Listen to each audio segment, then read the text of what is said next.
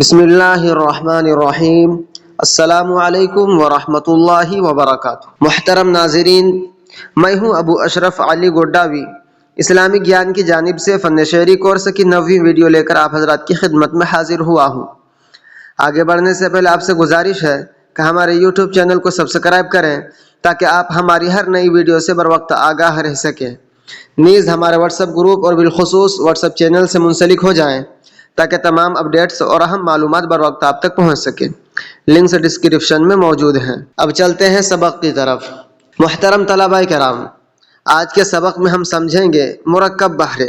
مرکب بحرے یعنی جو کثیر الاستعمال اور مشہور ہیں، یہ 14 ہیں۔ بحر خفیف، مسدس، مخبون، محذوف، فاعلات، مفاعل، فعیل۔ مثال دیکھیے، اے مدینے کے تاجدار تجھے اہل ایمان سلام کہتے ہیں۔ نمبر 2، بحر رمل، مسدس، مخبون، محذوف، مسکن، فاعلات، فعیلات، فعیل۔ مثال دیکھیے، جب بھی دل کھول کے روئے ہوں گے لوگ آرام سے سوئے ہوں گے۔ نمبر 14، بحر ہزج، مسمن، اخرف، سالم، مفعول، مفاعل، مفعول، مفاعل۔ مثال دیکھیے، دربار رسالت کی کیسی وہ گھڑی ہوگی، حسان کے ہونٹوں پر جب نعت نبی ہوگی۔